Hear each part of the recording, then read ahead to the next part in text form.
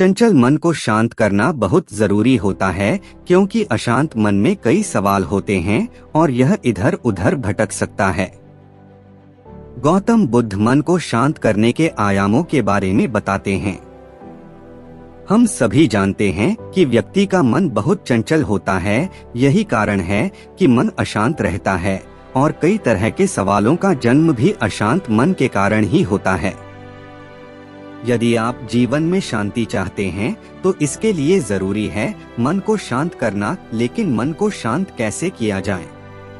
गौतम बुद्ध से जुड़ी इस कहानी के माध्यम से आप जान सकते हैं कि मन को शांत करने का क्या तरीका है।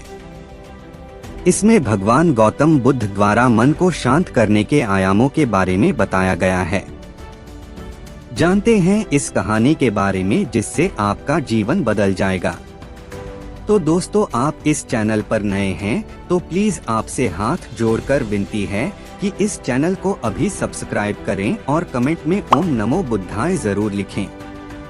एक बार एक लड़का गौतम बुद्ध के पास जाकर कहता है, मेरे जीवन में बहुत अशांति है, कृपा करके आप मेरा मार्गदर्शन कीजिए जिससे कि मैं इस अशांति से छुटकारा पा सकूं।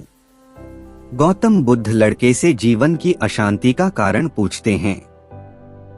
लड़का उत्तर देता है, अत्यधिक विचारों के कारण मेरे भीतर बहुत सारे विचार आते हैं जिससे मेरा मन अशांत रहता है।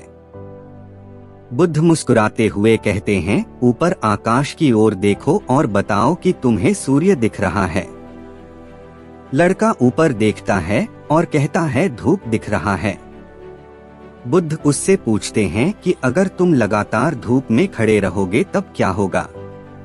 वह कहता है, मुझे अत्यधिक गर्मी लगेगी और शरीर में बेचैनी होगी। बुद्ध लड़के से कहते हैं कि अगर धूप में खड़े रहने से तुम्हें गर्मी लगती है तो इसमें दोष किसका है, सूर्य के ताप का या तुम्हारा?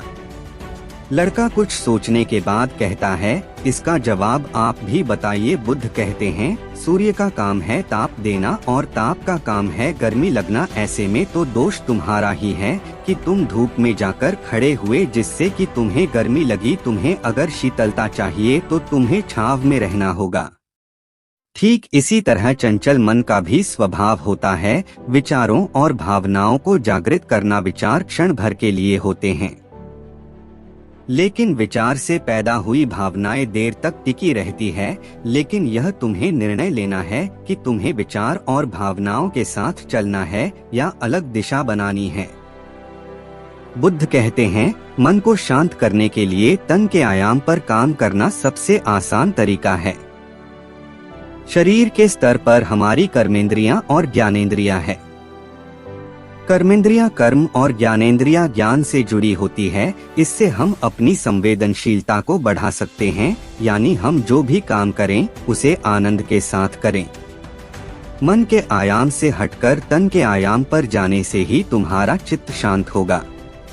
ऐसा करने से तुम मन के आयाम से हटकर शरीर के आयाम पर आ जाओगे। ठीक उसी तरह जैसे तुम धूप से हटकर छांव में आ सकते थे, मन के आयाम से हटने पर तुम्हारी जागरूकता तन पर आ जाएगी। जब तुम तन के आयाम पर काम करोगे तब तुम्हारा चित्त शांत होगा। इसलिए हर काम को तन के आयाम पर करने से मन स्वतः शांत हो जाता है। अपने मन के विचार और भावना को नहीं बल्कि सुर को सुनो। लड़का बुद्ध से कहता है, अपने भीतर के सुर को कैसे सुने? बुद्ध कहते हैं, किसी शांत स्थान पर रहकर जहां शांति हो तब अपनी आंखें बंद करो और मन के भीतर चल रहे शोर से हटकर भीतर के सुर को सुनने की कोशिश करो। सुर निरंतर चलता रहता है, लेकिन बाहर के शोर के कारण तुम अपने मन के भीतर चल रहे सुर को नहीं सुन पाते हो। जब तुम अपने दोनों कानों को अपने हाथों से बंद कर दोगे तभी मन के सुर को सुन पाओगे। इस तरह तुम मन की अशांति से दूर हो जाओगे और तुम्हारा मन शांत हो जाएगा। तो दोस्तों, आज की कहानी यहीं पर खत्म करते हैं और अब मिलते हैं दूसरे वीडियो में। तब तक आप और आपके परिवार का ख्याल रखें। ओम नमो बुद्धाय।